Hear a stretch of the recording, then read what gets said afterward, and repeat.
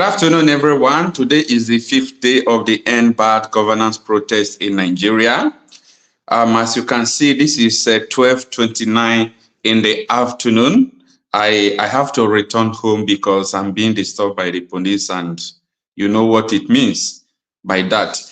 This afternoon, I have a guest from South Africa. He's a black man like me, a lover of Afro-democracy, the new African order. His name is Gael Clavis Johnson, the author of Afro-democracy, the new African order. Before today, Clavis Johnson have been telling us that democracy cannot work in Nigeria and democracy cannot work in Africa.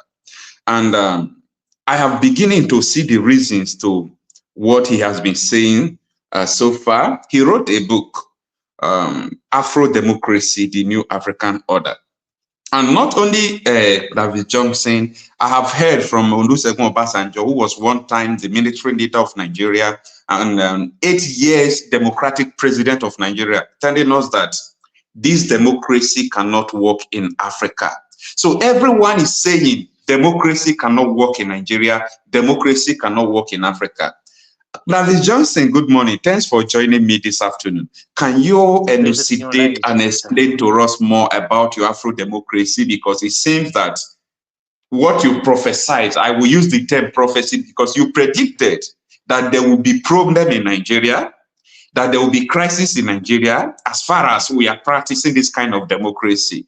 I want you to just explain more about your own stand, why you predicted that there will continue to be crisis in Nigeria and in Africa as far as we are practicing this kind of democracy. So introduce yourself to us and tell us more about your concept. Well, thank you, Mr. Okocha. It's a pleasure to be online with you again, talking about this concept related to Afro-democracy. It's something that that concerns every black man, every African, as far as I'm one of them. So we are talking about crisis in Nigeria. You know, to date, we can talk about Nigeria as such, but recently it was Kenya, and that's not the end. Many African countries as well will follow, because we are in the concept of democracy, which I qualify, I judge to be as colonialism, to be honest. So back then, if I have to put it in a simple way, during colonialism, our forefathers fought for freedom. And in these modern days of democracy, we are fighting for freedom. So in terms of mathematics, we can say, therefore, colonialism is equal to democracy, to be honest. So when they brought democracy on us, we have to put it in our mind that it was in the same idea, in the same purpose of colonizing us, but in the name of a sort of freedom, the power of the people by the people, where the people are free to decide to express themselves. But yet, in the concept, in the context of Nigeria, here are the people protesting, expressing themselves. But I'm not in Nigeria. I can guess already there's been violent response from the government. That is to say that there's no power by the people. There's no democracy, because democracy is equal to colonialism. Democracy is equal to colonialism. So how can we justify that? Because of concept.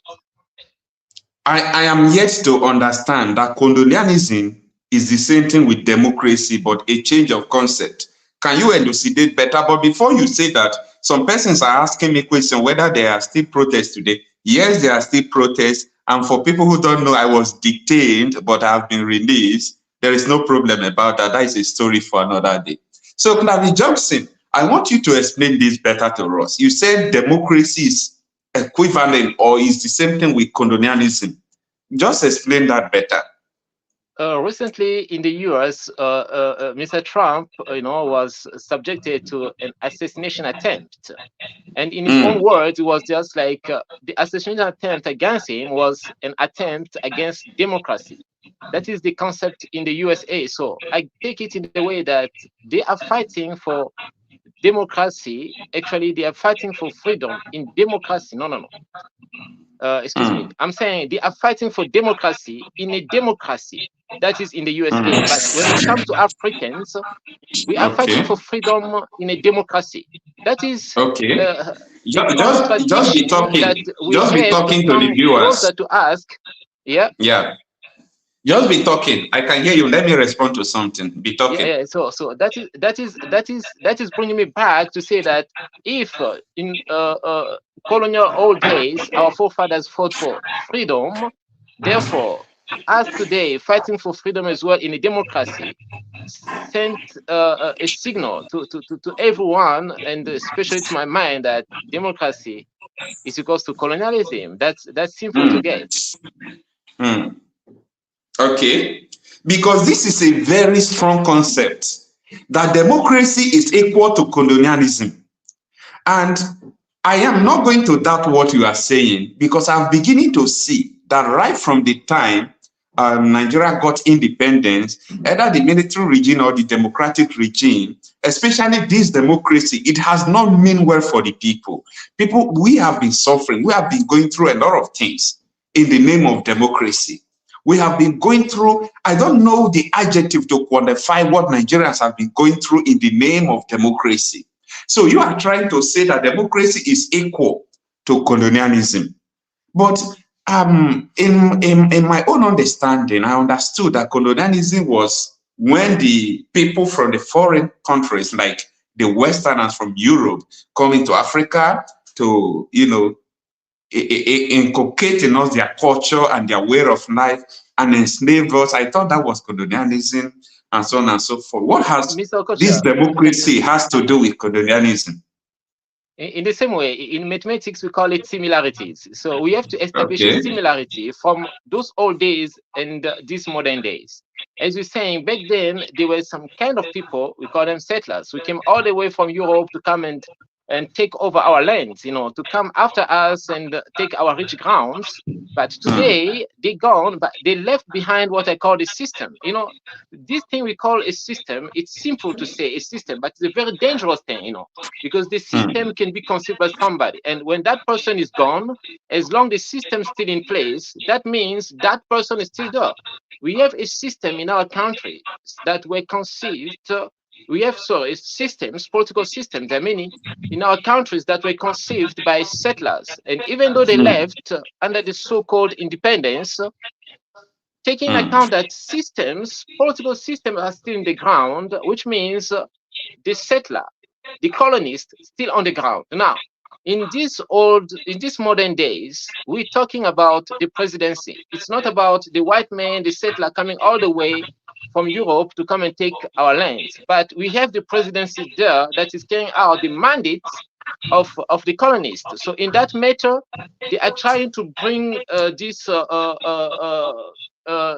developed concept of our societies, calling about democracy, to say that no, the world is changing, so we must change with it. We're talking about democracy, so we need democracy in our countries.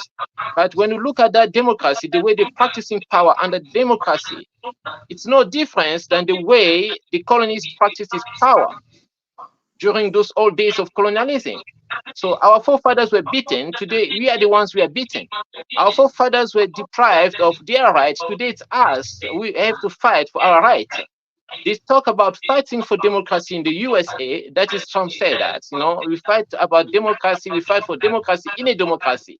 But in our countries, we're fighting for freedom in a democracy. So if democracy means freedom or the power of the people by the people, so what is the point of people fighting again for freedom in a democracy if they're really living in a democratic country? That's the concept right there. And that's the questioning as well to our minds. From what you are saying democracy is a scam. We've been lied to, we've been played, we've been deceived, we've been scammed, as you can say that, by the colonists, and that scam is being imposed on us, to day by the presidency. The presidency is the colonial structure. I don't have faith in that. Whoever serves in the presidency is the enemy of the black man, whether it's a revolutionary or not.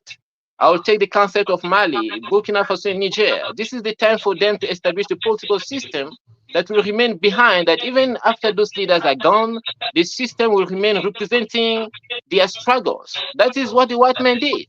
He left, he gave us the fake independence, but he left behind a political system that is still ruling us today, impoverishing us today. So they have to leave a system behind that is conceived by the black man for the black man's dignity. That's the right there. Wow.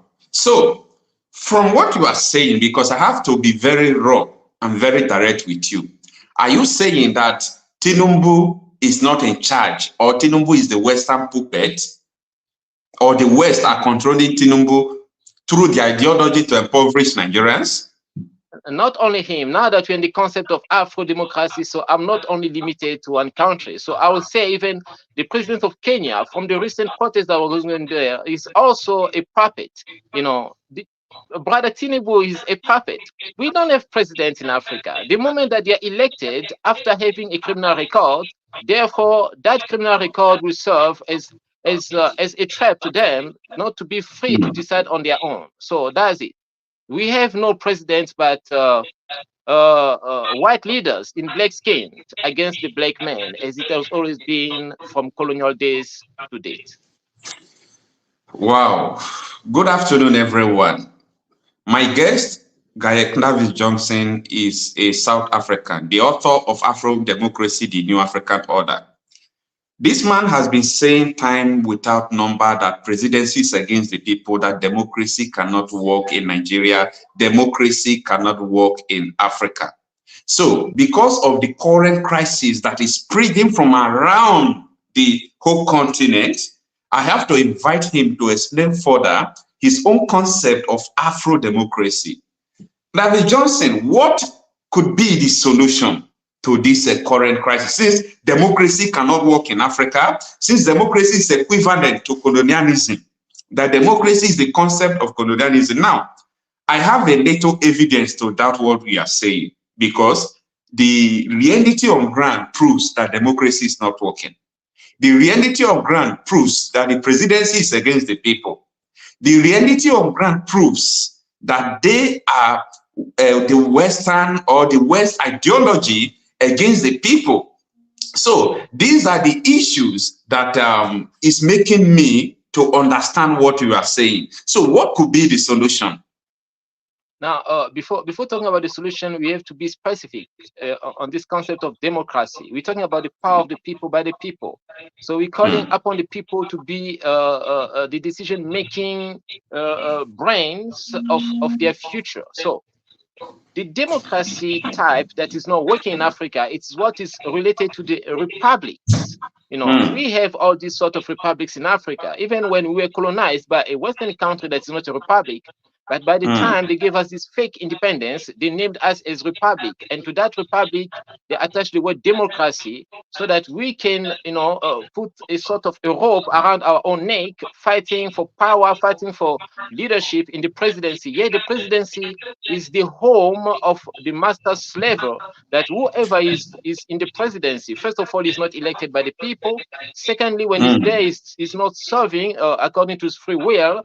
So that's why we can see a presidential candidate giving us all these nice promises during the campaign whatsoever. But the moment he's elected, he seems to forget about his own words, his own promises. That is the case about Senegal. Let's see how Senegal will go for the next 5 years. It's nothing but a sort of false hope for the people of Senegal. There will be no change happening there. Why? Because those lions, those young lions, as president today, are serving the presidency where they are not free to decide or to bring about change for the lives of the people. The concern right there. So we are just evolving around the presidency, and we are just evolving again around the presidency. That is our main problem. Why, as Africans, have been suggested the presidency as the model of leadership in our countries, if really from the presidency it's where we are impoverished, from the presidency it's where we are unemployed. From the presidency, it's why we are undereducated. So why were we suggested the presidency by the colonies, who basically and historically does not like people with black skin? And why are we standing, fighting to reach the presidency so that we can be recognized as a leader of the people? And why us as black people, even though we are not united in our society, we are divided in terms of ethnicity, in terms of tribal values, but we still fight and use this kind of words that I want to serve my people. Who told you to fight to come to the presidency and serve the people? Who wants you to be the servant of the people?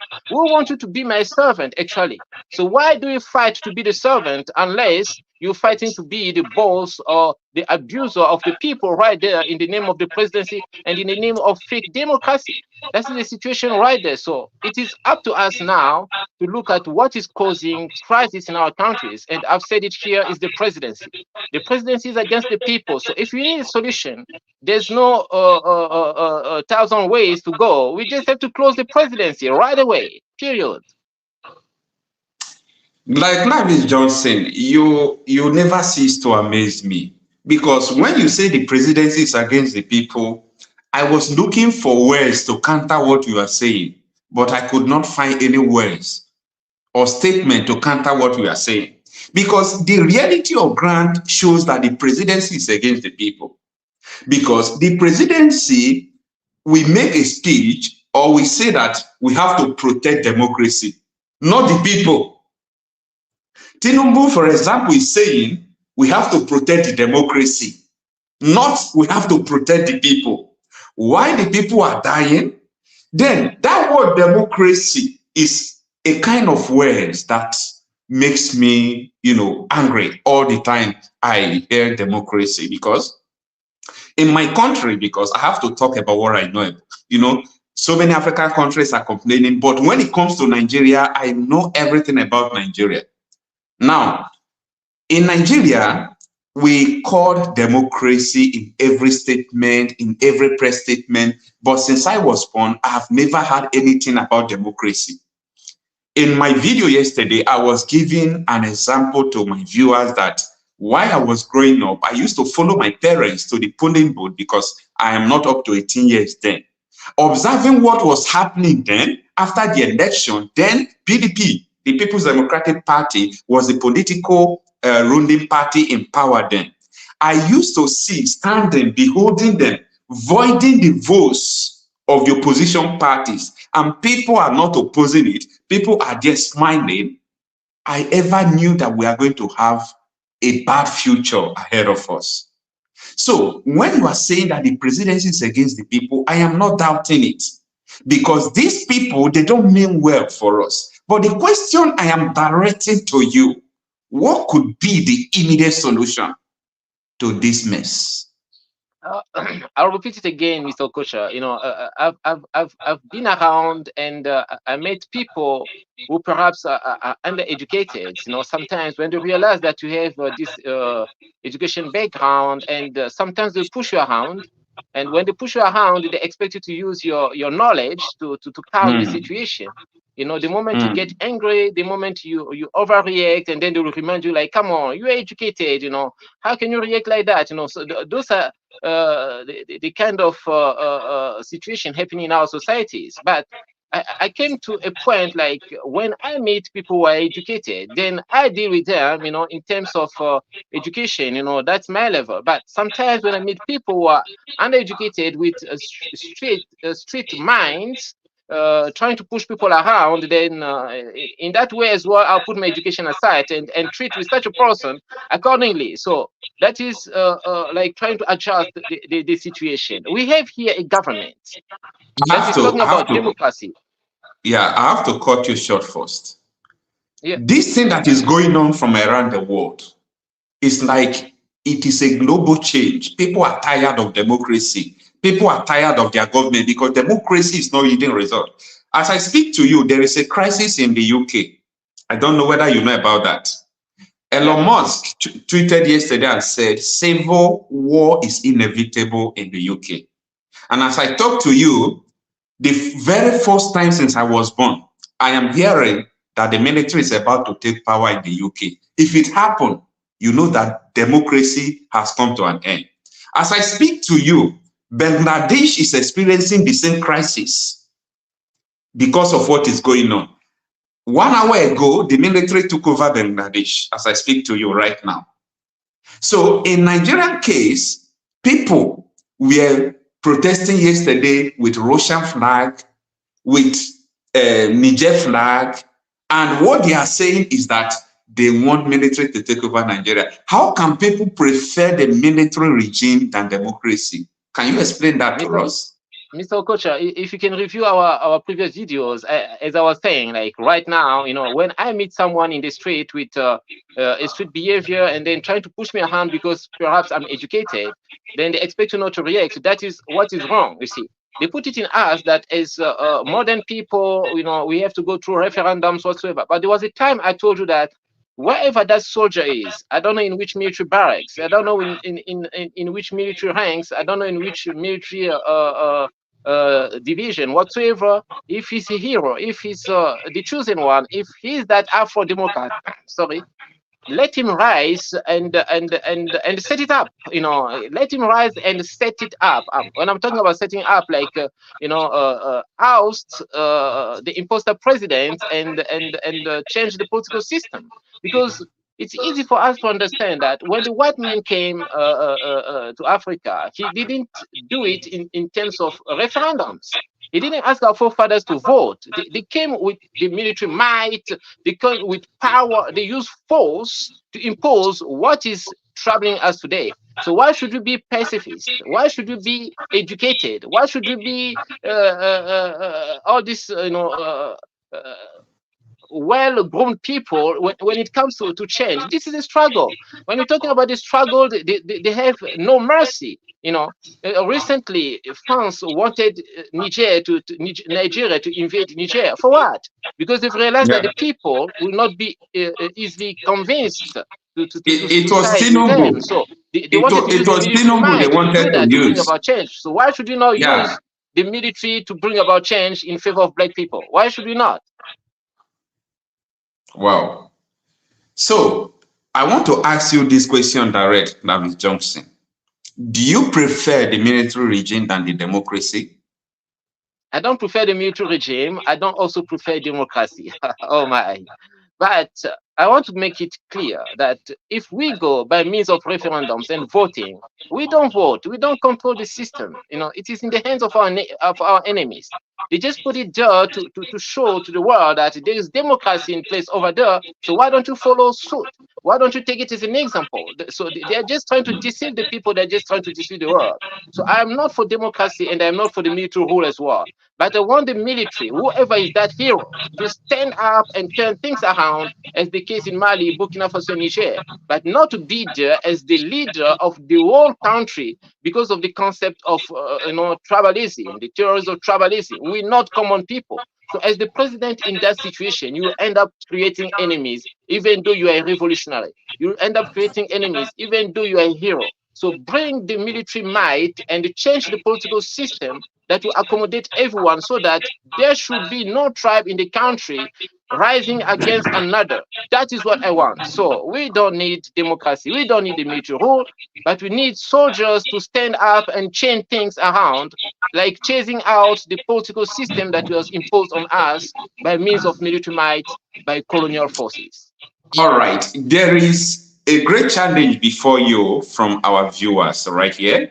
We have so many people on the comment section. H.R. Moses, Chijoke Marcel, Ozo, Biafra, H.R. Moses, Phoenix, Dominic A, Paulinus, Naki, Helene Mwafo,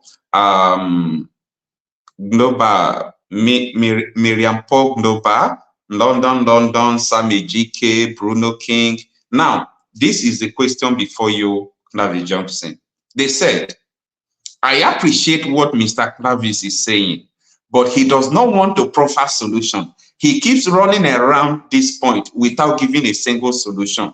Over to you. What is the single solution? No, I appreciate that question, but I have to be specific again. I've given the solution.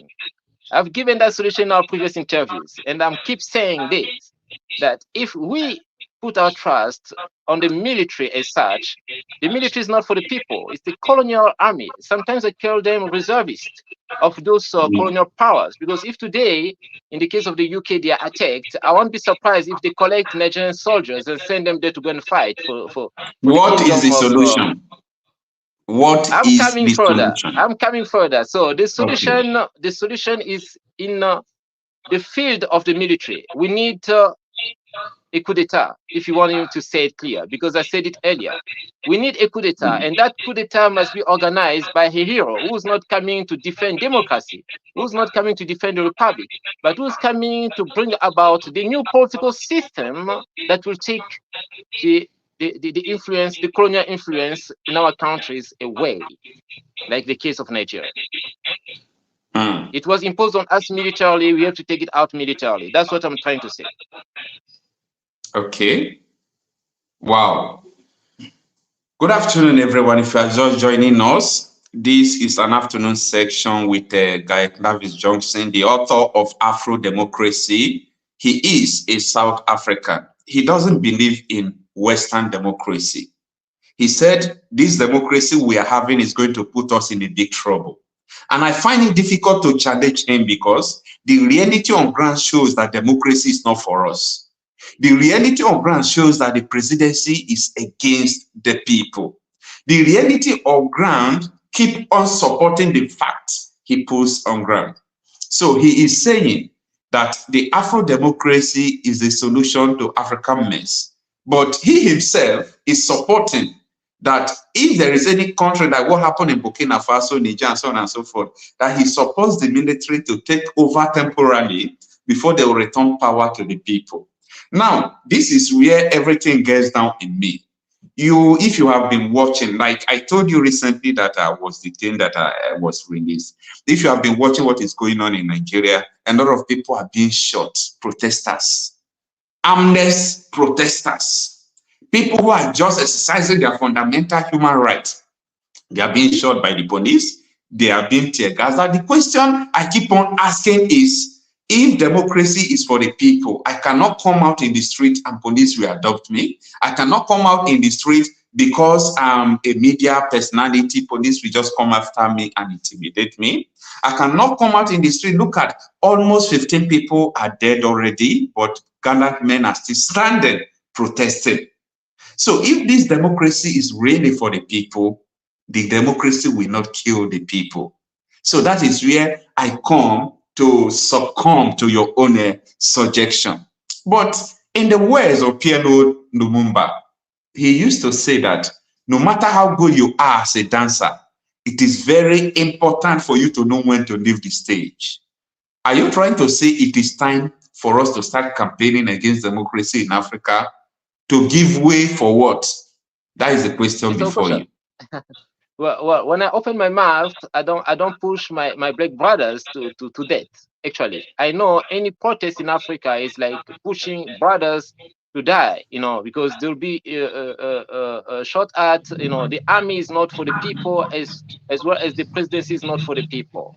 So protesting against democracy in Africa, that should be something in our minds. But in which way? Because we can protest, but we'll not get the answers. That's the thing. We'll protest, we'll count the number of victims, but we'll not get the answer because the system is what is against us. That today even Mr. Tinubu can step down, but the one who come after will carry on with the same system. So our forefathers protested, our fathers did, as we are doing, our children will do the same thing. And so in the end, we are not bringing about a solution. Now, protesting about democracy, what is it exactly to be done? It is a system that is called democracy. We call it a democratic system. So we need to take that system out, but in the way that we will not lose lives of our people. That's the question right there. That's the concern. So how are we going to do that, preventing the loss of lives? It means simply of a military takeover. That's so simple as that.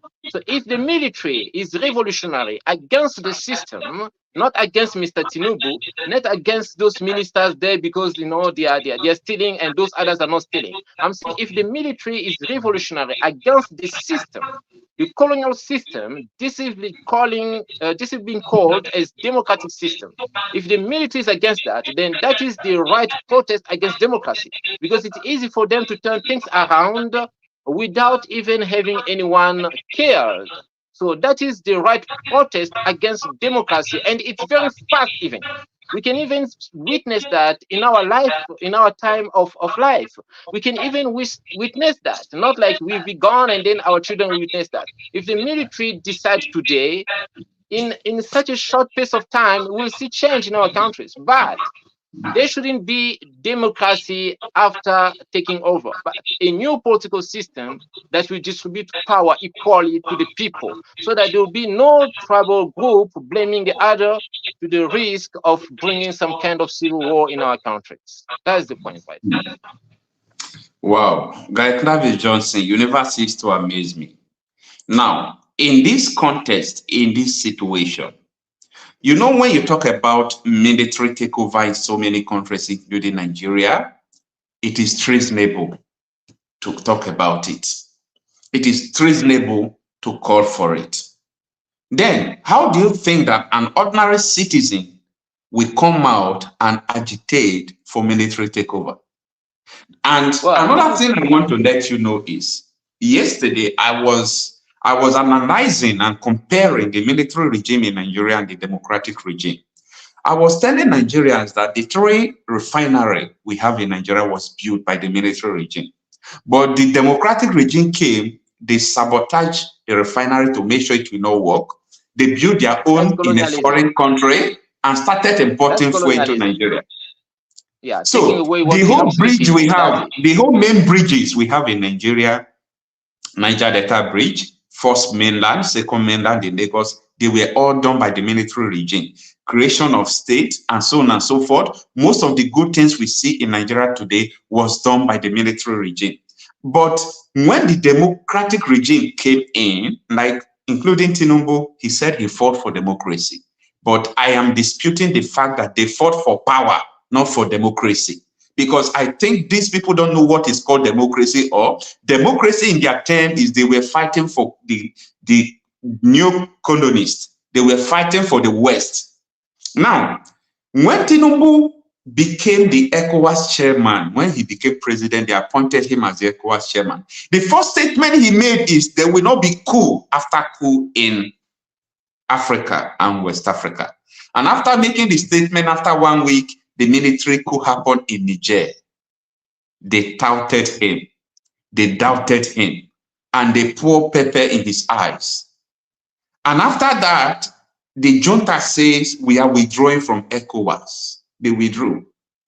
ECOWAS scattered. This man that scattered ECOWAS, he will be capable to scatter Nigeria again. And that is why I keep on bending to the solution. Since we are not allowed to even mention anything like military regime or military takeover, because they are going to kill you. So what do you think is the best and possible solution for the citizens to rise? Mr. Okocha, I keep saying to God, he was smart as a God not to allow me to be in the military, because if I was in the military, perhaps I could have been there a long time ago. You know, if you are about wait, let's take this thing little by little. You said if you were in the military, maybe you could have been dead. Why do you make that statement? A long time ago, because to be honest, the white man is very smart. He is very smart. He knows the ways, to a quick solution to our problems. That is like, a sudden change by means of military, because a civilian cannot bring about a sudden change in a country. You'll face the military. So it's only the military that can bring the sudden change in the country without facing any other force, because they're the ones, holding all the weapons in the country whatsoever, So they said calling for military change, can lead you to be charged, all those kind of things. So they made a law that will hold us back. But when you look at them, when they need a sudden change to serve their own interest, they don't call for referendums. They don't fear the law. They don't even they don't fear the national law of that country. They don't even fear as well the international law.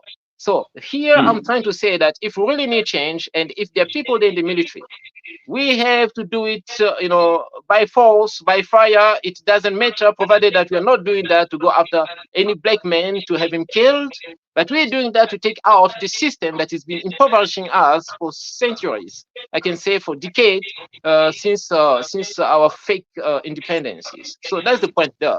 So when France realized that they are losing control in Niger, they didn't think twice calling Mr. Tinubu to invade Nigeria. That was the military force right there. So why they didn't call about the respect of the law of Niger, national laws, why they didn't call about the respect of regional laws in the context of ECOWAS, or international laws or global laws, can I say, in terms of the United Nations? Because when sometimes you're hungry, then you don't choose what to eat sometimes. That's the point right there. So we have to go for that, for the military might, provided that that military will protect us for any kind of prosecutions for so-called law against the state security whatsoever that was brought to us by means of colonialism. All right. Nnamdi Johnson, not only the end bad governance protest, I really want to take you back to what is going on in Nigeria and so many African countries. As you see in Nigeria, there are so many group of people who are agitating to have their separate state, to have their own country, because I used to explain to the people that sometimes Nigeria is like someone who is sick and you have so many doctors providing solution to the sickness. Some people will, try to suggest that let us separate this country immediately to have freedom. Some people will say, let us stop democracy. Some people will say, let us go back to military regime. Some people will say, let us vote out the presidency. People have different ideas. What do you have to say about, people who are agitating to have their separate country? If you ask me personally, I will even suggest that let Nigeria divide, or let there be in confederation or in regionalism. But what do you have to say about that? Exactly, because it will not just be easy in the context of Biafra. We spoke about this, for an example, to just separate itself, to pull out of Nigeria without facing any kind of challenges, opposition in terms of military, in terms of law, in terms of whatsoever. So, in my vision, I don't want to see any black man, any dead body of a black man laying down on the street and with some dogs around trying to eat, the remains of such a precious life lost due to armed struggle going on in our African countries. I don't want things like that, no matter what I'm calling. So when I'm calling about a coup d'etat, just to make it short, I'm meaning a political change, a systematic change, not like a bad blood killing people and so on. That's not what I mean, you see. So here are the people calling to create their own state because they are tired of the current system. I understand them. They're just tired of being colonized in the name of democracy. All of us, we are tired. Everyone is tired. You've been rich today. Tomorrow you'll be getting poor. You've been poor today. Tomorrow you'll be getting poor also. So where are we going with this life if really the power belongs to us? Now we have all the resources, but the political system above us is not allowing us to enjoy what is at our disposal. So the only thing we can do right now is to find our ways out. But how are we going to do that? That's the question we have to ask ourselves. Because if you call for referendums, we'll not win. If you call for protest, we will not win. Why? Because we'll be standing against the system that is also having the military on their side.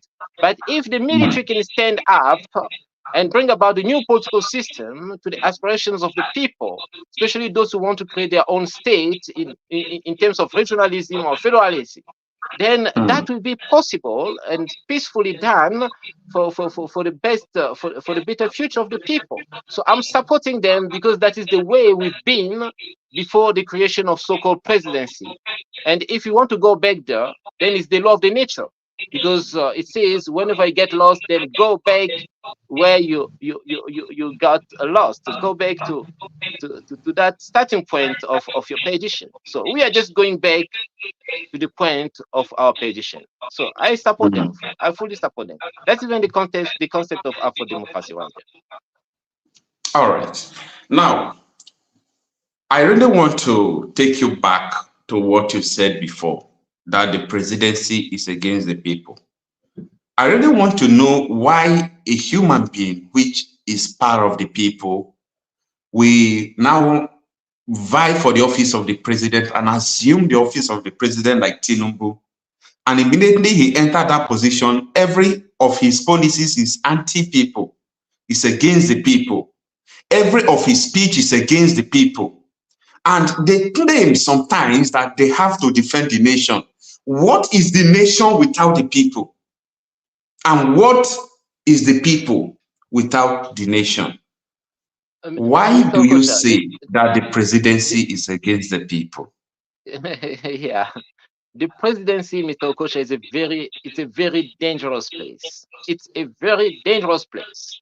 You see, the way we feel insecure in our societies, the president as well feel the same. We shouldn't be deceived by what we say. There is a yoke on the shoulder of the presidency that sometimes the challenges we are facing in our societies are better. So it is very difficult for a president to be elected, because he's seeing the presidency from outside. But the moment he gets in, only to see other faces, hidden faces that are not showed by anybody. That is the reality right there. It is for that matter we see somebody promising jobs, promising this and that. But the moment he gets in the presidency, he cannot do that. Because there, he's not doing as he wishes, but he is doing as he is told to do. That's the point right there. So if he has to do the way he wants to do, the way he wishes it, then the narrative of third world country will disappear in Africa. All right. So we have to make sure that is being there. And for that being there, we have to control the presidency. And that is why the presidency is under control. Not okay, you have another strong question to answer before you. Now, someone is asking this question. He says, this guy don't know what he's talking about. How about Tunisia, Egypt? They protested and won, removed their president, criminal presidents, or they removed their criminal president from power. So how can you, answer to that? I really appreciate that. I really appreciate the fact that I've been at that level of seeing the same thing. I once supported democracy, but when that thing came into me of writing what I'm writing today, I stopped thinking the way, perhaps that question is formulated. I want to tell that brother, I believe he's an African like me because this is the African matter. All we have to know right now that when a protest is successful in Africa, which means the master that we've been protesting against decided to let go. He decided to let go. When you look at Kenya, the recent protest that happened there, I won't take it as a victory of the people, because if they really wanted to push the people, they could have gone far by the fact that they were already victims there. But the person, I can say the system, the people were protesting against, decided to let go. And in the end, the people won. It's like that. So if the system does not decide to let go, we can protest over and over. We will never win. We'll just be there counting victims. So what happened in Tunisia? What happened in Libya? What happened to whatever those northern countries? Those people were supported by the people who don't want us free today. So it was easy for those regimes to fall. They supported them because perhaps those regimes were pro-Arabs, countries, whatsoever. So they wanted a kind of regime that could be pro-West. So in that way, they supported the protesters to make it successful. But in our context, we are protesting against the West. So how do you expect to be successful if that is the entity not making us free? Yeah, do you mean that the protest against Nigerian government, protest against their policy, and protest against Tinubu is a protest against the West? Let that brother see it that way. That's what I'm saying, that it's not easy for us to win. It is. Let that brother see it that way. If you look at Gaddafi, the protest of those people against him, simply because Gaddafi was not in favor of the West. So it succeeded. It succeeded. But the protest in Nigeria right now, it's against those wanting Nigeria to be the way it is. So it's not going easily to be a success, to be honest. It's not. So I know what I'm talking about to give an answer to that brother. I really know what I'm talking about. When we are successful, like here in the case of South Africa, during apartheid, when the black people won, it's not because they were, let me withdraw the word of winning.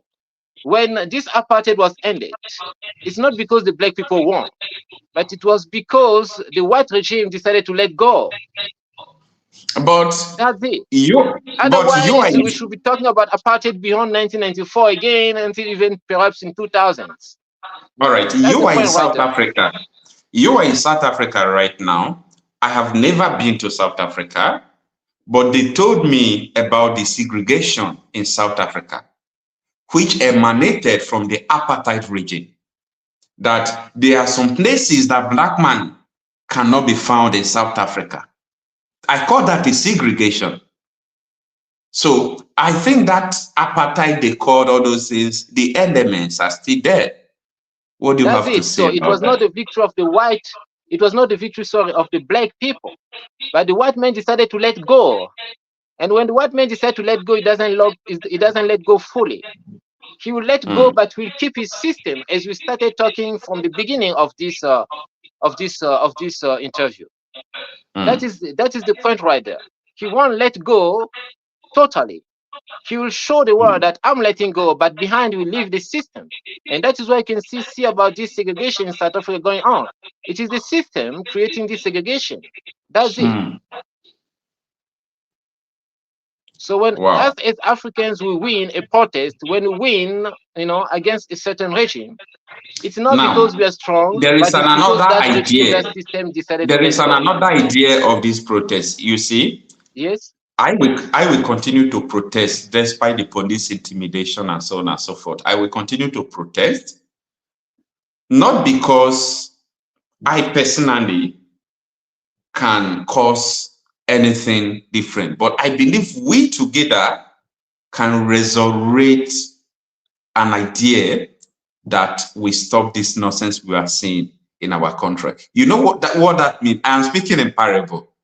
You know, I'm in social media. I cannot just go straight to the point. What I'm trying to say is that the protest is only thing that the government, the West, they fear.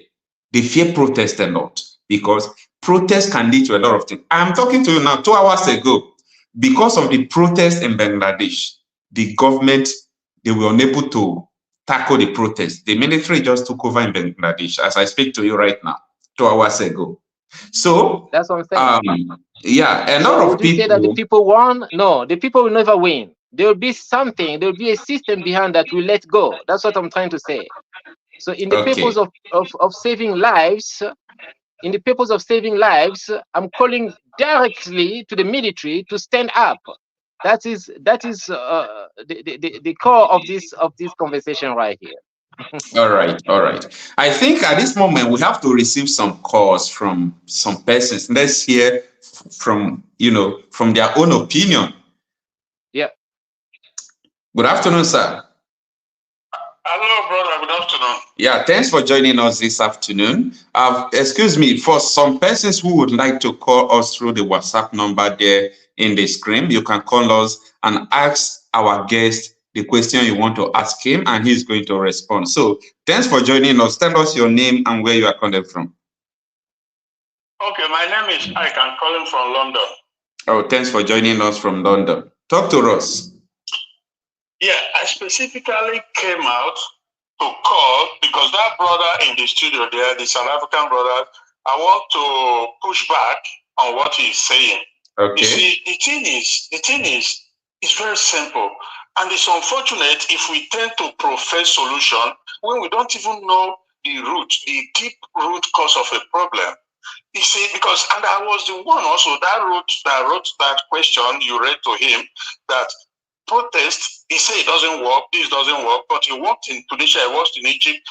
So why I said that, I was in Tunisia when the Arab Spring started in Tunisia. Yes. I was in Tunisia when it took place. Yeah, what he said is that those protests worked because... No, listen, bro. No, listen, let me finish. Okay, okay. Can I continue? Yeah, continue. Yeah, so I was in Tunisia when the Arab Spring, because it started in Tunisia. And what happened was that the young guy, a graduate who finished school, but couldn't get a job. He was hungry, he was pain, not in his shoe, he wore everything. So he was so fed up, he couldn't continue. So what he did, he bought petrol, he came to the Times Square. He already wrote a will, and his motive why he did what he did, he poured it on himself, set himself on fire. And that is where the entire Tunisian picked it up, said, this is enough, we can't take this anymore. And they went on rampage protest. And guess what? And because as usual, these dictators, they are very stubborn. Yeah. Ali Benabi, I think his name is Ali Benabi, the then president of Tunisia, he used the military to open fire, and they were shooting. But guess what? Because they are Arabs, they are not black Africans. The more they were killing them, the more they were coming. And the military were like, what is going on here? You can't kill everybody. But when they discovered that these people were dead serious, they gave up. They gave up the military. That is where the president flew. He ran away, I think, to either Saudi Arabia or one of those countries. Now, as regards this brother who is from South Africa, I tell you that our problem as black Africans in particular is that we lack that mental fortitude. I don't know if you're hearing me. We just don't, we don't have that bravery. We all want to go to heaven as black Africans, but we don't want to die. And because he was saying, I don't want to see my black brothers dying. He will die. Did you start listening to him from the beginning? Sorry? Did you start listening to him from the beginning of his speech? No, not necessarily, but I heard when he was saying, that what he doesn't want is to see our African brothers dying on the street because of protest. So this is where, that's basically that's what I'm saying. That either way, people are, so that's what I'm saying, that even his own country, that's South Africa. Let me tell you that the colonizers, the European colonizer, they did not come with thousands or millions of Europeans to come and colonize Africa. No, they came with very few. But guess what? You know why they succeeded? Because we lack that staying power, that mental fortitude. They were close to, the Europeans were even, the colonizers that came with their military, they were close to giving up, to going back, because they feel like these people were resisting, we were tough. But just at the dying minute, because we who were in our land, we lack that mental fortitude. Just at dying minute, or in South Africa, they gave up. They surrendered. They surrendered with their bow and arrows and everything they have. That is where the colonizers succeeded. So I'm always talking about, look at what is happening in Nigeria. Trust me, well, you've seen the letter, the secret letter that was leaked. The secret memo was leaked from Asurok, Hawike, and Bagabia. And these are criminals because they already know Nigerians. They know that they lack that mental fortitude. After some days of just leave them alone, then they keep protesting. When they are hungry, they are tired, they will go back home. When push comes to shove, they will tell the military, go out there, shoot some people, and the rest will scatter. That was what happened during NSAS. NSAS was very close to succeeding. Now, after maybe a couple of weeks or days to succeed, when it became, the British panicked. They panicked because they own Nigeria. That is a fact. If you have any brain, you will know that they own Nigeria, they run Nigeria through the Fulanis. And it's an agreement that was reached many years ago. Now, the NSAS were about to succeed, but the then British Prime Minister, his name is Catalan, he panicked. And he went to Tinubu and they began to lay out, they began to converse. What do we do? Then they came up, including the Sowore, who was of course, still the governor of Lagos State, and the president, of course, the Buhari, who is there. Both stops at the president. They all concluded that this has to stop. So what they did, they brought in the military of the CCTV camera at Lekki, of the light, and start shooting randomly. More or less, that's what brought it to an end. But guess what? If it was people with that, like I said, that mental bravery, they will say to them, how many of us, we're over close to 200 million people. How many are you going to kill? So this brother said, people will die. If you say you don't want to die, well, you're not going. If you're not, no, that is not his concept. That is why I was asking whether you were listening to him from the beginning. Okay, can you explain to me? Please? Yeah. First of all, he is the author of Afro Democracy, the New African Order. So he has been advocating that the Western democracy can never work in Africa. It can never work in Nigeria or every other place in Africa. Now, he said because the Westerners uses our presidents as puppet and the presidency is against the people. And he continued to say that if he is a military or he's an army officer, that he will not last, because his aim is that he supports military to take over democratic power for a short period of time before returning power to the people, not just democracy. Then in his book, he's talking about the Afro democracy, just like what the Sahel Alliance want to do right now. I'm talking about the Mali, the Burkina Faso, and the Niger. They are planning to return power to the people, not through the democratic way. They want the power to belong to the people. So what they want to do now, they are forming just a paramilitary together within their country, a new currency. After forming all of them, now they will allow the traditional rulers, the owners of the people, to rule their government, and they will have a single central government. So that is he's saying that if Nigeria or any other African countries can follow that step, that will be a possible way, because democracy can never work. He started telling me that there will be crisis in Nigeria and the crisis will continue. That was about 2 years ago. And everything he's saying is coming to pass. That's why I invited him to also explain more details about his own concept to me. Now, he's saying that the protest definitely is going to shake up some things. It's going to make the government to do the right thing. But how long are they going to do the right thing before they will still return to their mess again? Now, so that is naivety. That is pure naivety. Why do I say that? If this thing you are talking about in the Sahel region, if you work for them, that doesn't necessarily mean that you work in Nigeria. Okay. Because Nigeria is unique. Okay. Nigeria is not Mali. Nigeria is not Burkina Faso. And if you look at this Sahel region, they have that commonality. Nigeria is different. Nigeria, if we say these, people call us names. Nigeria was demonically, created. Amalgamated. And that purpose is what Nigeria is living out today. If you make car, is to move you around. If you build a go, it's stuff like that. So nothing is built on nothing. Nigeria was created for the purpose that is living today. And I tell you that because Nigeria is not one. You can't compare Nigeria, Burkina like Nigeria. Now, the only solution, and I've been saying it, Nnamdi Kanu has been shouting it. They all conspire, including British. They conspire because they feel like Nnamdi Kanu is trying to put sand in their garage. Because Nigeria is their garage. Nigeria is their business center. Everybody knows that, except you don't have it in your brain. Now they conspire, they tell the government, the Nigerian government about his itinerary when he bought a ticket going to Kenya, and they all ganged up with so many other groups and factions, and it's in. Now the question to you now is, what is the solution? No, because of time, I want you to talk about the solution so that he will respond to what you are saying. Good. Okay. Let me just put it that way. The dichotomy is that there's no oneness in terms of the protest. Because if there were oneness, the whole people, the students, the church members, everybody will come on the street for this protest. Everybody, just like it happened in the Arab Spring, when they come out, they will overwhelm the politicians, they will overwhelm the government, overwhelm the military, then they will take over their power and now constitute a committee that will get the entire people to discuss. First of all, what do you want?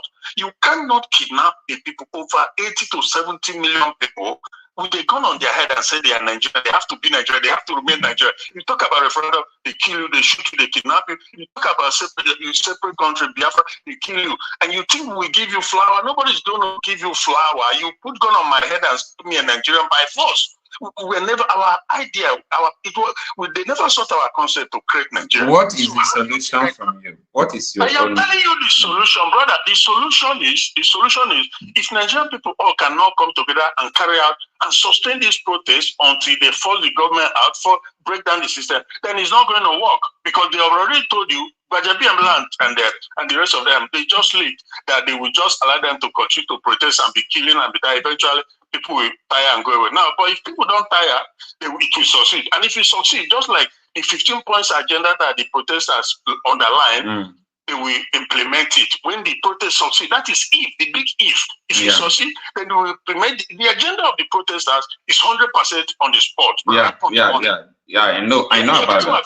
Because that is the only solution for Nigeria. Anything other than that is babadash. Why? Because you have to have a referendum.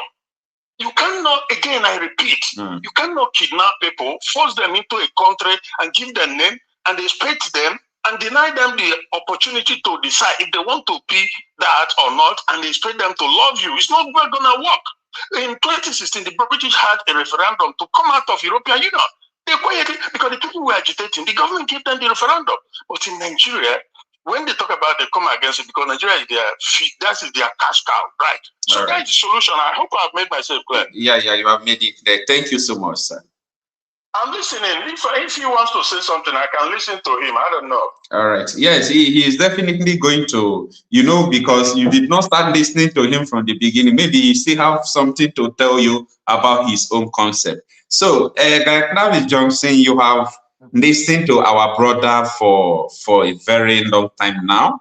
I believe you understand where he's coming from. So, talk to us. How will you address his own concern about your concept? Well, I really appreciate his intervention. It's so fruitful. I'm not saying anything negative about that, but I'm just bringing up about the dimensions of us assessing the crisis we're having in Africa.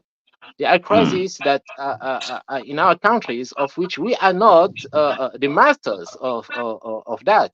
You see, so it is conceived elsewhere and then channeled towards our countries.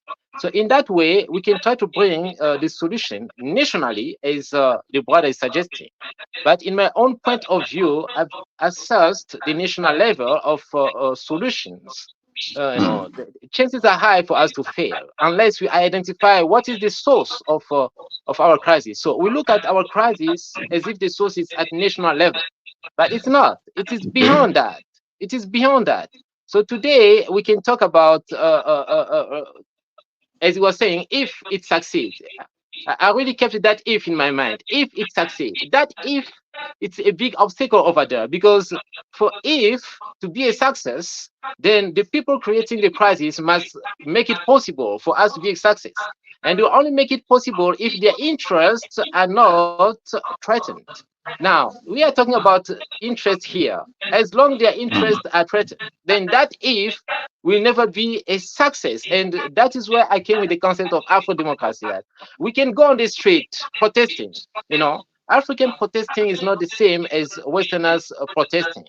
Africans trying to get out of the African Union is not the same the European country getting out of the European Union. For us to get out of the African Union, first of all, the regime in the country must agree. And that regime will not agree on its own. The colonists above it must agree. And that colonists will not do it alone. The master colonists, many of them controlling the African Union as well, must agree. So we have many steps there to break in order to achieve that freedom. It is not the case at all with an European country that we just decide to break free from the EU, and then it will be a success, provided that people will go on referendum and something like that. I said it earlier here that we don't vote. We don't. Recently, even here in South Africa, people were saying that elections were rigged. Can you imagine? They were saying that, it is not a true reflection of the numbers. That is to say that we don't vote. In the US, Donald Trump was saying that. Those are big countries. Talk less of these small countries, not small in terms of social development, because Nigeria is a big country, So small in terms of social development. How can we be able to vote and really believe that our referendum will lead us somewhere? You know, Brother Kanu and others try that. Where are we today? I told you somewhere. I told you some days back that it will not lead us anywhere. Where are we today? You see? So that's the concept right there. I understand where the brother is coming from, but all I want to say that when we protest and succeed, therefore the military must be on our side. It happened recently in Burkina Faso. There was a time, I guess I was watching the news, you know, there was this aborted Now coup because the military was with the that is a people, big you know, point. the people were in the street. You can see them how brave they were. But if Yeah, the military was against the people, then that is the issue right there. yeah, that is a big point I want to pinpoint there. You said the military have to be on our side. So can you explain more better to us? Because you said for us to get everything we want, the military have to be on our side. But this is a democratic regime where politicians try to put military on their side. How possible Yeah, so could I'm that still in the same I'm seeing the same line of answering to the brother because it's very important. I really appreciate his intervention. I like things like that, by the way. So here we have brothers going protesting. When I say that I don't want them to die, because I believe that if the protesters don't have the support of the EU, of the United States, of perhaps I don't know which kind of superpower, then that protest will not lead us anywhere, because we are protesting basically against what they want us to face. If we have hunger, if we have insecurity, if we have these social troubles in our countries, it's not because Mr. Tinubu wants that. It's not him. It is the people who wrote the narrative of the third world country who want it that way. So Nigeria must be impoverished, even though it's a rich country, so that they can be, you know, it can be listed, you know, among the third world countries as such. So when we protest, we don't protest against the government, but we protest against the people who employ that, I can say, who employ that government to make us suffer socially what we are facing today. So that is how you have to see that. For that reason, I never call for people like just go and take the president out. For that reason, I keep saying that the political regime change is not the hope of the people.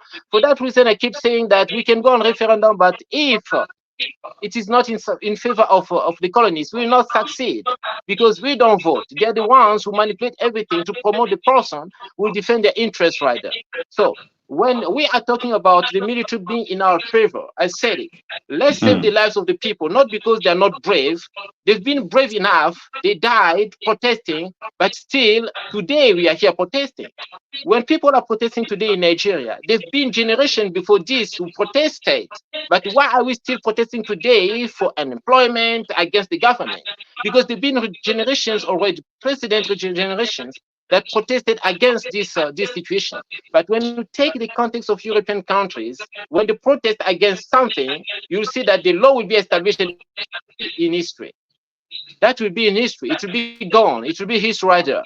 But with us, it repeats itself. That is why we have to understand that it's not the regime in place, but it's the political system that even if the leader is a fighter, even if the leader decided to bring about change in our societies, the moment he's elected in the presidency, he's not free to do that anymore.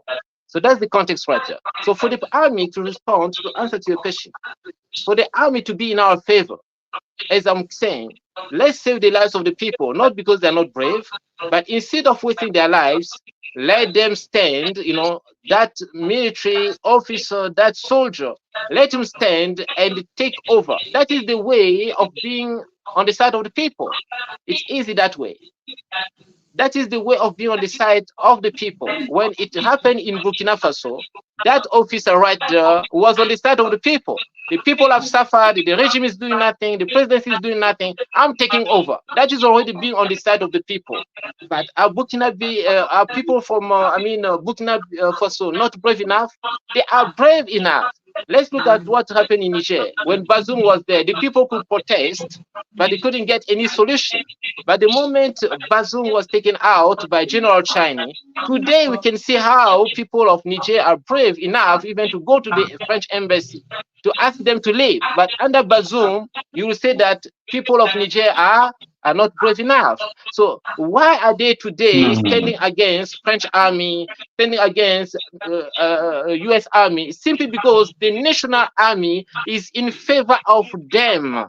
That is what I was saying. Instead of us sending the people protesting, facing the army that is serving the mandate of the colonists, let's save them and let that hero in the military, sitting there in the military barracks, to get out and change things around, such as being in favor of the people. And that's why I call for a coup d'etat.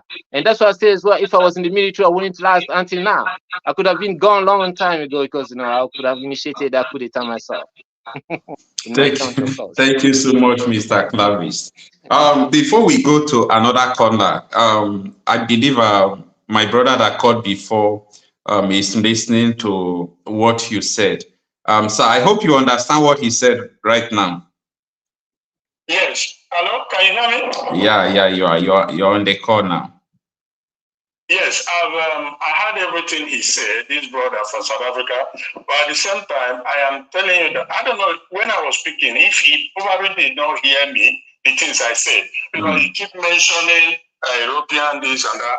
I gave reference to the Arab Spring that started in Indonesia, but he never mentioned anything about that. Now, one other thing I want to make clear is that he's a good brother, but he's not a Nigerian, okay? You cannot be looking for solution from a place or from someone who doesn't know the root cause of the problem.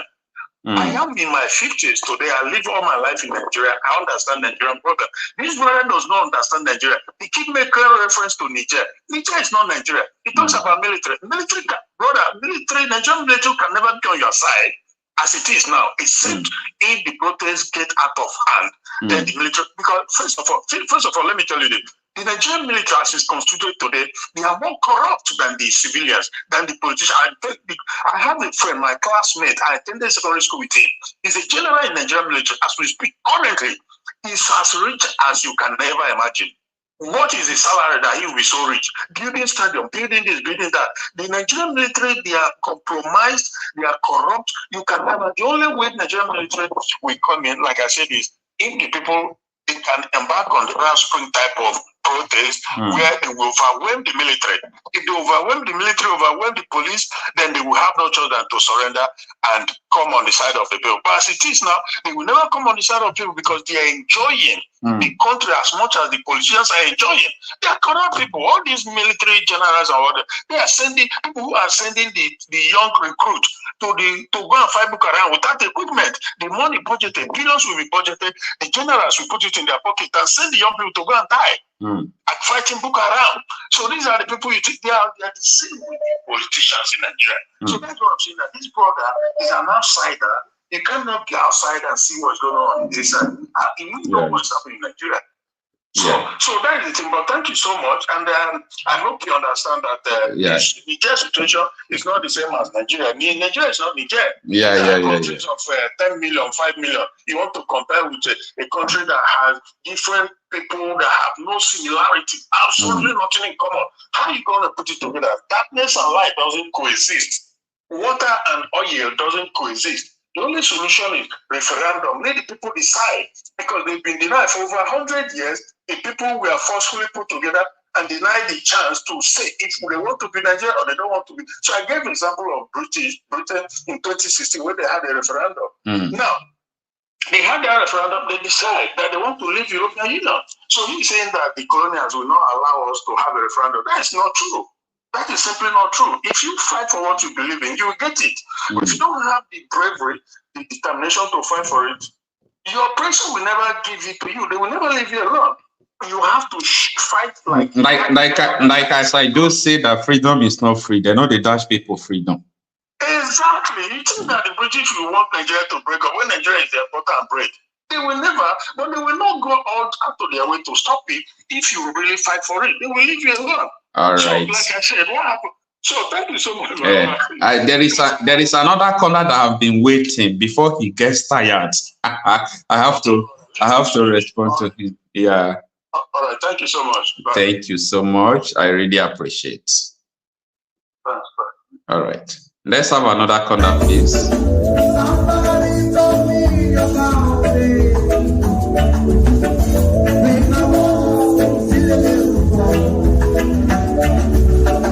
He said to me, rise out of pain.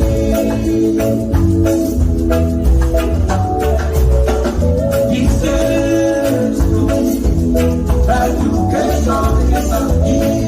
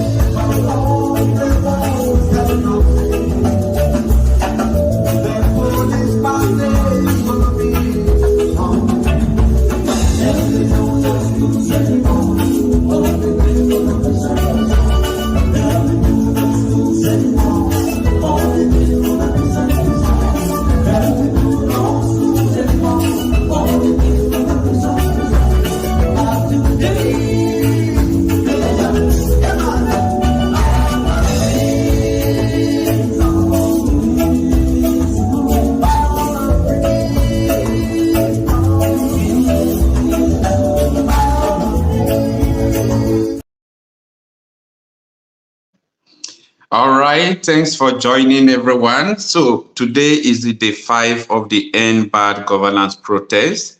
As we have said before, there is no going back to this protest. A lot of things has been going on in Nigeria, and we said enough is enough. There is no how we can allow these things that is going on in Nigeria to continue. I personally have been threatened.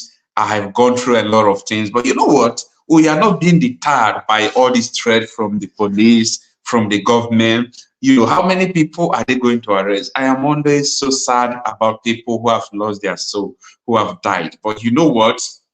We are not going to give up about this protest. So we are not going back. We are not going to just keep quiet so that the government will continue to do what they are doing. And anytime they think that this protest want to end, we are going to regroup.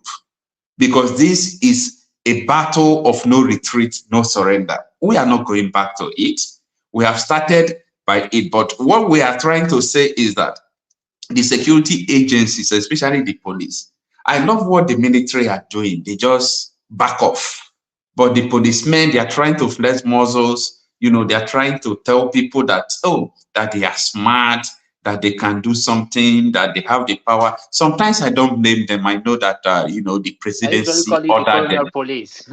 Yeah, because we are in the democratic regime. So Tinubu can call them and give them order. And you cannot say no. If you say no, they will sack you. They will sack the IGP. They will do all sort of things. So what we are trying to say is that there is no going back about it. Let us have another caller. Good afternoon, sir.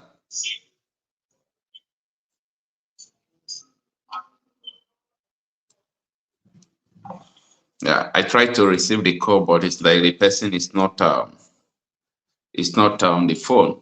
Yeah, Ibe Chuku, good morning. Thanks for joining. Thanks everyone for joining. Ibe Chuku said, Nigeria, the British farm can never work because it is a crime against humanity. Of course, it is a crime against humanity. So it's a British farm, a real farm. Let's have this caller.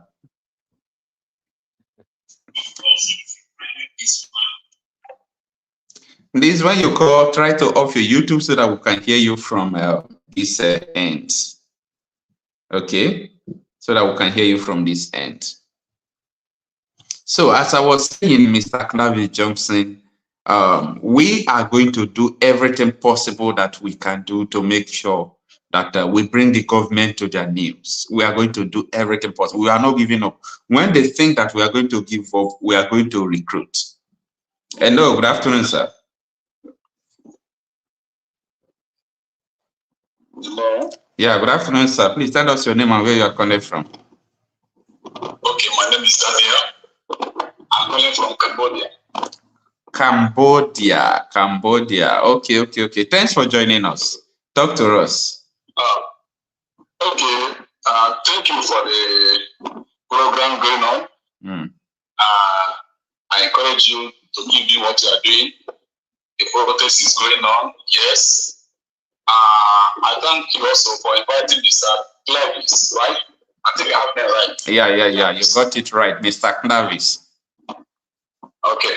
So he has said many things that are very important, very good. He's dishing out something good about the colonialism phase 2 in Africa.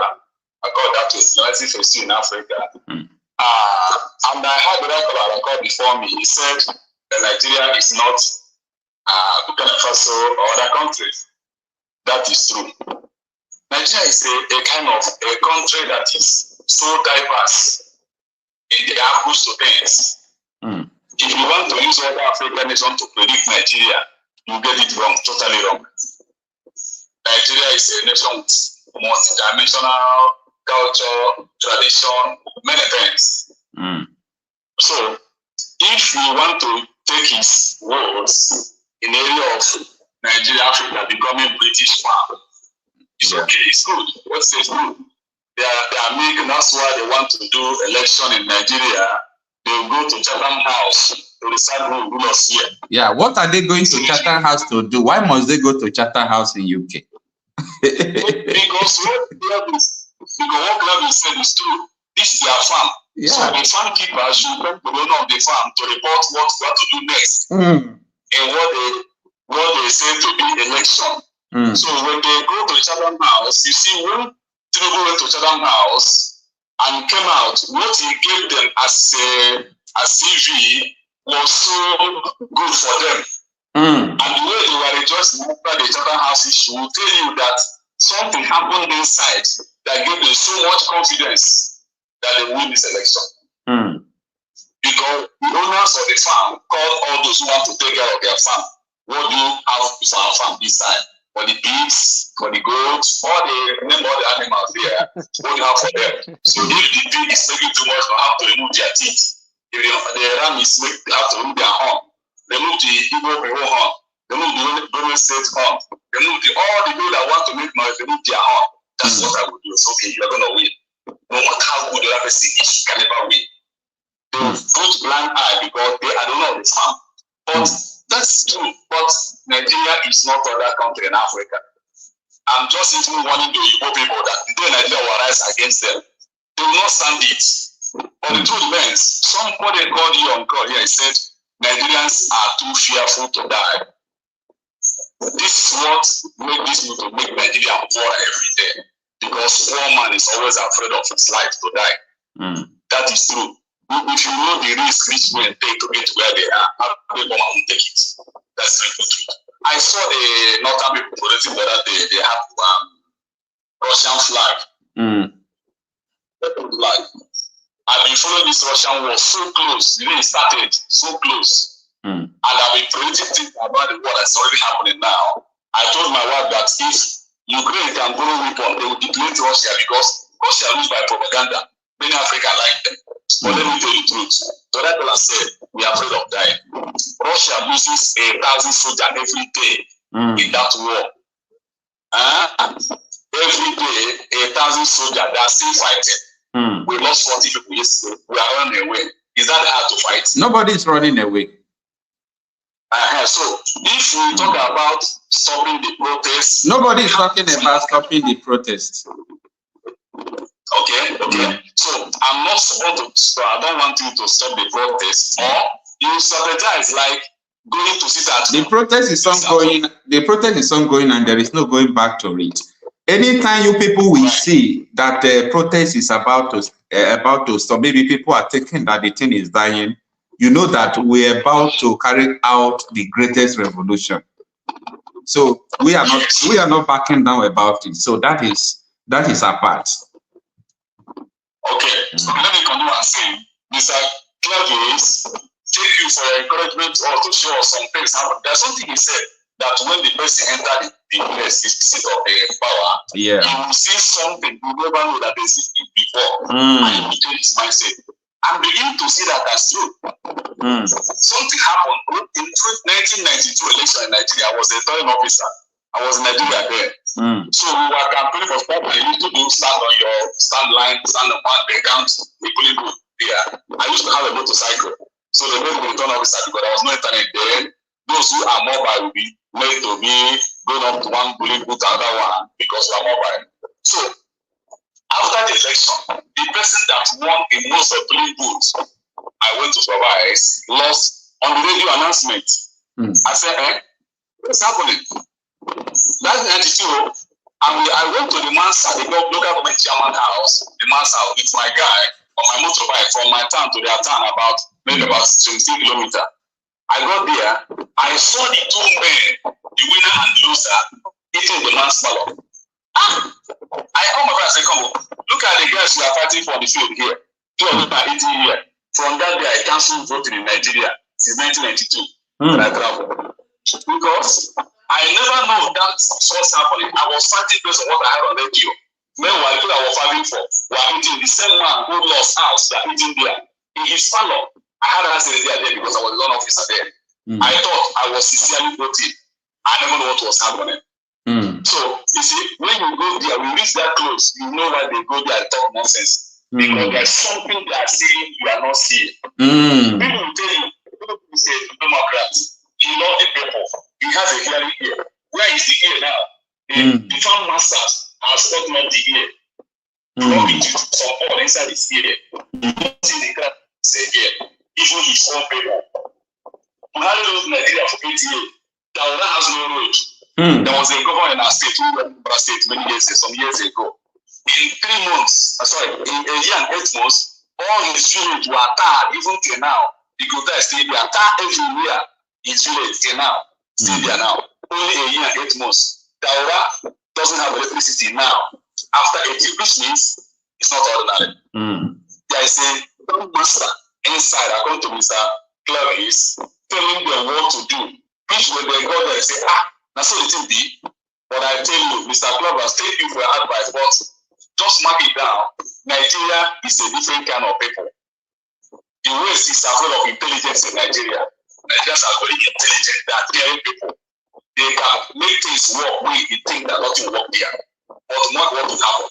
We're going to handle this case Nigerian way. And then we'll see the results. We are going to handle it in a Nigerian way. I like that. I like that statement. We are going to handle it in a Nigerian way. If they want to use British to colonize us, we show a Nigerian pattern. The woman will bring it on. The woman will bring it on. What will bring it on? The woman will bring it on. I mean, outside will bring their own. Every tribe in Nigeria will bring their system. We defeat these people. But I tell you one thing. I thank God for the hunger in Nigeria. Now let it increase. Because more the hunger increase, more people are getting raged against them. The hunger is still small. Because I'm still waiting for Benue. They are still playing game of nice table. When bandit will kill them, look at them with their state this month. This month now, you hear killing again here. When they will kill, they will come out. What are you telling me? How can they begin? Because the person becoming the governor of Benue State, there's something he's seeing there we are not seeing. That's why people should keep quiet in this protest. I asked the question that I said, why are Benue State not protesting? Even people who is crying, who are taking our place, they're not protesting. Why? There is something the leaders are seeing we are not seeing. But let me tell you, the leaders will go to this side. Let the hunger continue, please. Let them begin to make more mistakes, to provoke people more, so that when we show the Nigerian system, from beginning we attack them. Nigeria don't have enough to combat us. I know that. If 1% of hungry Nigerians come out of street, we don't have military. In fact, we also know that if our military don't have any weapon, we know we should stop only Russia.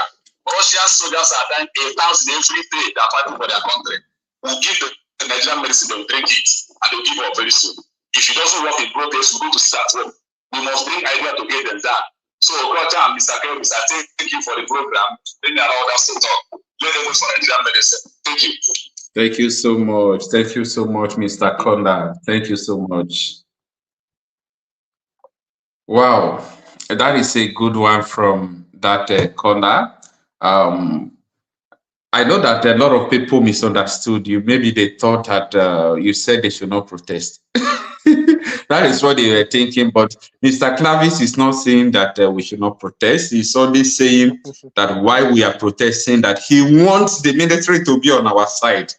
That is what he was trying to say, that if military is not on our side, that they will be. But I can tell you now that the military is neutral. Only the police that is siding the government. The police is on the side of government right now, but the military is neutral. I have never seen anyone that said military attack. It is the police that is attacking. Civilians who are armless, who are protesting, police is just attacking them, killing them. The protesters who are not even carrying a bottle, they are not carrying no weapon at all. But Nigerians are fed up. Just like this man said, I want the government to continue to make mistakes. I want Tinubu to continue to make mistakes. I want hunger to increase in Nigeria. You know why? Because this is the only thing that is going to trigger people to come out more in the street. But for God's sake, I don't know what is wrong with African leaders, because protest is a fundamental human right that was enshrined from the Constitution. Protest is a fundamental human right that was enshrined from the Constitution. So I don't know why people in government try to protect. There's nothing wrong with that, Mr. Okocha, if I can step in. There's nothing wrong with African leaders. They are just under the control of the political system, as I said it from the beginning. So when you join the presidency, you don't do it according to your way that you made up from your village, from your state, from wherever. that once I'll be there, I'll change this, I'll change that. No. The moment you get there, the founder of the presidency will tell you, man, you're welcome, but here you're going to do this and you're not going to do that. So at the end, you to be like, okay, African leaders are incompetent, but they are not incompetent. If they can steal public funds, if they can steal that and go and invest, create their own businesses and manage it well, so what will stop them from managing the country? What will stop them? The very same brain stealing the money masterfully can still be used to develop the country. But because when it comes to the concept of the country, it is not owned by us, the people. It is not. So the owner of the country who owns it, unlawfully, because he's a colonist anyway, he is the one who wants the president to pretend as if he's not seeing the suffering of the people. And in the end, they tell him as well to take all the blames on his shoulder. And then in the name of power, and because of his crime, he will say, yes, master, I will do that. You see? So that's the situation here with African leaders. Okay, let's have this caller. Hello, good morning, sir. Good morning, sir. Thanks for joining us. Your name and where you are calling from. Okay, it's Smart Sparkle from South Africa. Wow, thanks for joining us. You have you have your South African brother on the screen. Who is? I'm in Nigeria now. I'm living there. Okay. But in the nutshell, we are one Africa. You know that. All right, talk to us, brother. Instead of naming the country, we are all Africans here. That's it. I've been typing on the dashboard over there. You're not seeing it. I am seeing it. I've been reading your comments, right? I hope you have been seeing it. I've been reading I've been reading your comments. What I want to chip in here is that Mr. Clavis, right there in the studio. Clavis. Clavis, right there in the studio. Yeah. He is a good one. I will commend his speech all this while. I'll be following up. So what I want to chip in there is that he should understand that Nigerian is quite different from all these fellow African nations that we have been mentioning. Clavis, everyone is telling you that Nigeria is different. We can hear you, brother. Okay, let it go. Yeah. Both in understanding, both in mentality, both in act, both in way of doing things. Nigeria is quite different. Nigeria is a country that is all or more than 13 ethnic groups. More than that. Nigeria is a country that doesn't have a military. What I say that they don't have a military. What do you mean by that? Yeah, explain. What do you mean? I will explain. Whatever I say, I will explain it. Okay. When they say that we're talking about military need to be by our side before they will protest. How can military be by your side for a protest when the military chief is by the side of the government? Nigeria is bleeding. The reason why I even call is that he should not bring down the morale of people protesting from this broadcast, because the only language Nigerian government fears now is protest. Let it come again. In the delight of Egypt, you see what happened. In the light of Tunisia, you see what happened. They are smaller to compare Nigeria by population. This country you are seeing have already written that after protesting you go, since military is backing them. So the military cannot back us because they hear them very well. Military have not said anything confident to us. Now, what am I trying to say? Nigeria need to come out in their mass and continue protesting to the extent that these people will not see chance. That is where they will listen. There's a brother that called before. He said that in the NSAS protest, they nearly got to the war. Before fear groups, you see this Nigeria you're hearing now. Nigeria, Nigeria is afraid. This dictator that call themselves leaders will make you a criminal. And they will fall their victim. They will hold you. After 4 years or 8 years, they will come back and tell you some stories. Mr. Okocha, can you even see the speech that leaked 7 hours before the broadcast? Yeah. What does that speech is trying to tell us? Is it trying to tell us that hunger will continue or it will quench? Is it trying to tell us that insecurity will continue or it will skyrocket? Is it trying to tell us? Are you there? Oh. The caller is having a network problem. I was enjoying his conversation. Can you hear me? Are you there? I think he has to. Yeah. For the meantime, I really understand why people are saying Nigeria is a different country. I understand that in terms of whatsoever he said. But when it comes to the fate of Africans, we all have the common fate. Yeah, he's back.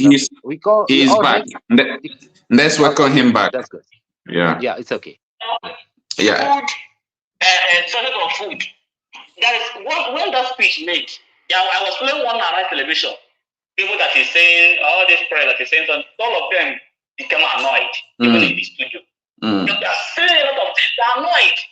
This country is not the same way Burkina Faso, the same way Niger. Okay, look at what's caricatured in Kanu. They are protesting with Russian flag. I hope you see. Yeah. So what's happened? What happened to the Russian flag? Hey, the network is really bad on his side. Their voice cannot be apart from this protest. The military cannot just come and be with them. Who can control the military? How will we tell military to be with us? How can we tell military to be with us? How will we even say it? What are we going to do to make them be with us? They are not listening to us. Okay, look at what Amit Chief is saying, that the protest should not be covered. For what? What are you hiding? What are you hiding? So my brother, if there are another thing to say in the studio, he should understand that Nigerian is quite different from this Afro. Okay, I understand what Bazoum, military juntas trying to do. They are trying to return power to the people. Good and fine. They want to turn it to the people in the Afro democracy, for in the system that the traditional rulers, the village chiefs, and other people will come to the power to decide. Yes, he once mentioned that if the protest happens, is it going to change the system? Yes, it can change the system. In Tunisia, one person poured himself a fuel. Okay, look at me. Let me tell you one thing about Nigeria. Nigeria is like a cattle, a herdsman, that is leading some groups of cattle. And the cattle does not even know that the herdsman is the one eating them, selling them to slaughters.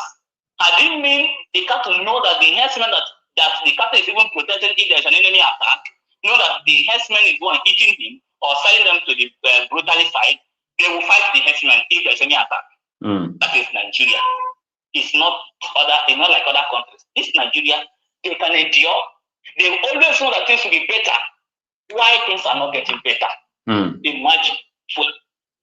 What is it going to take him to say, okay, among all that things template you mentioned, let me pick one and address. You know that even one can even stop the protest. Are you aware?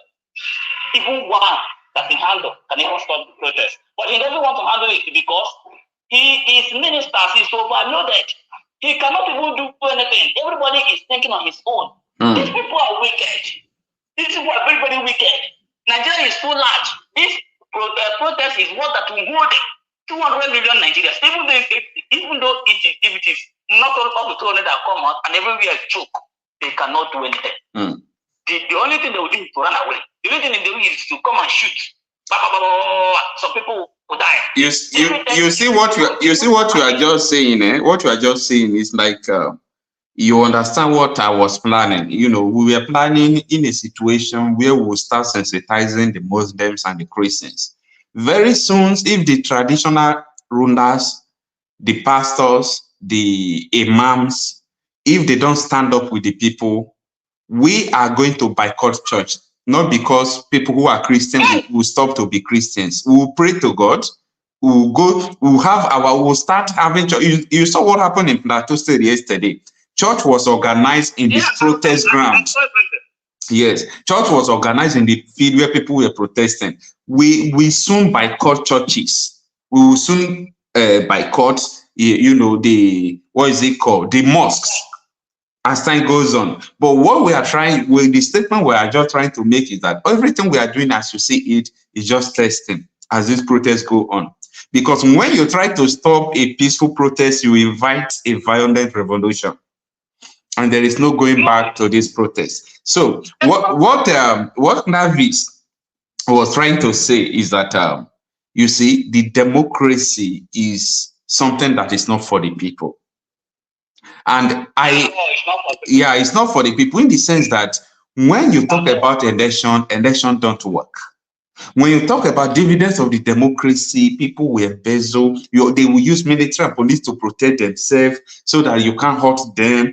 They know quite fully well that they are against you. They are doing everything against you. And that is a system we want to break. And until we skate through, there is no going back to civil disobedience. Yes. What I'm trying to say, sir, you know, in everything there is a solution. There must be a solution to this. The only thing I'm strongly believing is that this is the time. Apart from this now, there is no campaign promise that will lead, that will soften the heart of these people. This is the time. I didn't believe that someone will die, but I strongly believe that death is not a bad thing. So how we get the results. Yeah. What I'm trying to say in that essence is that before anything can happen for good, there must be a sacrifice. What are those sacrifices? These sacrifices are, where are we heading to? Where are the plans of this country? Where are the country's templates? Where is the agenda of Mr. President? Yes. What result are we planning to get? We youths of this nation. What is happening? That is, if we can put it in a standard, we'll start protesting. Now, what are we going to do? We need to, what am I going to tell Mr. Clavis? He's a very good man. I know he's an author of some certain things, but Nigeria as a country is too stubborn. Number one, us, we, youth, citizens of this country, is even more stubborn than even the president. Our stubbornness combined together will kick him out of the office. That is number one. Then another thing there is that they always prove that they can scare us with those military that they saying to join to be with us. They want to use them and scare us away. It will not work. It will not work. This one will be times 2 more than answers. So another problem we're having is us. Because we the youth, we always say that Nigeria, if you come out, they will shoot you. Don't go. If you come out, they will do this stuff. So with our together, what are going to happen? If you see.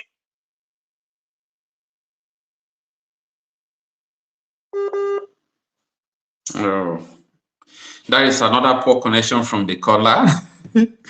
We are coming to the end of the program. You know, this is quite interesting. Everyone wants liberation. Everyone wants change. No one wants to continue like this. People are now kidnapping in Bangladesh as military took over about 2 hours ago. Can I highlight something from the call we received from the brother? Yeah. I understand. I even recall some of our previous interviews saying you were the one saying that Nigeria is a big country. So change happens in Nigeria, then it will spread across the continent. So that is true. We have a high hope on Nigeria. So that I cannot deny that. But when I'm talking about the military to be on our side, I'm not referring to these generals here. As I said, if I was in the military myself, I wouldn't be alive today. So I'm not referring to these generals who stand with the presidency and the president. Actually, they are there to keep the mandate of the colonists in our countries, on our lands. So that's it.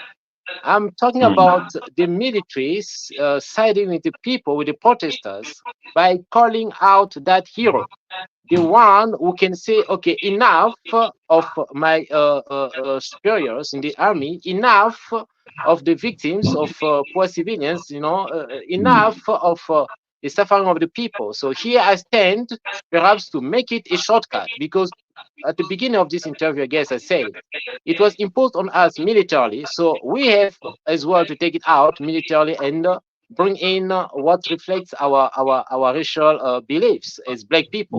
So that's what I was trying to say. And protesting, of course, will lead us somewhere, but all we have to understand that in the end, if we win, it is the system trying to let go.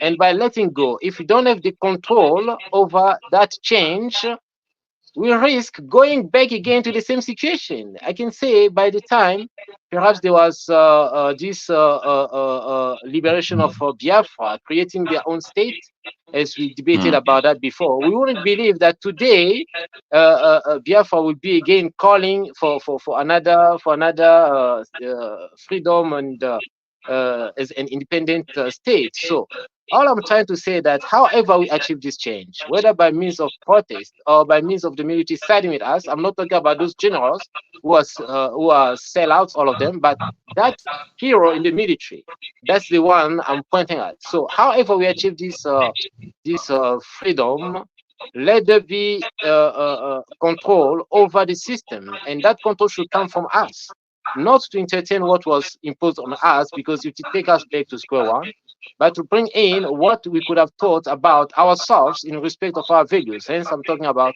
Afro democracy with the support of traditional rulers and other members of the societies.